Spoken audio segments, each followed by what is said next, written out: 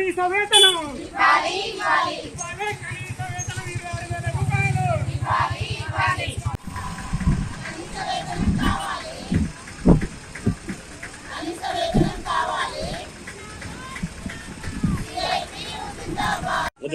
అందరము మాకు సమస్యలు ఎదురవుతూనే ఉన్నాయి.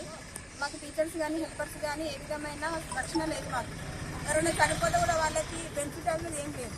చనిపోతే మాకేంది అన్నట్టు ప్రభుత్వం ఊరుకుంటుంది. వాళ్ళకి ఏదైనా సహకారం అందించాలి. కనీసం మట్టి ఖర్చు కూడా ఇస్తలేదు ప్రభుత్వం. అటువంటి ప్రభుత్వం మేము కాంగ్రెస్ వాళ్ళకి గెలిపించి ఇంత చేస్తుంటే కూడా సీఎం రేవంత్ రెడ్డి గారు కూడా ఇంత కూడా మమ్మల్ని స్పందిస్తలేదు. భారతదేశం వ్యాప్తంగా దేశవ్యాప్త సమ్మెలో భాగంగా సిద్దిపేట జిల్లా చేర్యాల ప్రాజెక్టులోని అంగన్వాడీ టీచర్స్ అండ్ హెల్పర్స్ అందరము పాల్గొని మా డిమాండ్లను ప్రభుత్వానికి తెలియజేస్తా ఉన్నాము. రాష్ట్ర ప్రభుత్వం ఏదైతే ఉందో అనేక రకాల సమస్యలను ఇబ్బంది చేస్తూ ఉంది.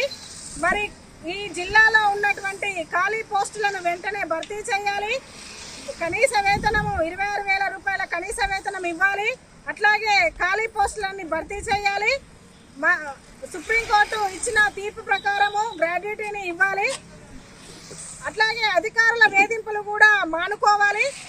మరి ఇతర డిమాండ్లు పరిష్కారం అయ్యేంత వరకు కూడా మేము ఎంతవరకైనా మేము పోరాడతామని చెప్పేసి ఈ సమ్మె సందర్భంగా ప్రభుత్వాన్ని మేము డిమాండ్ చేస్తూ ఉన్నాం.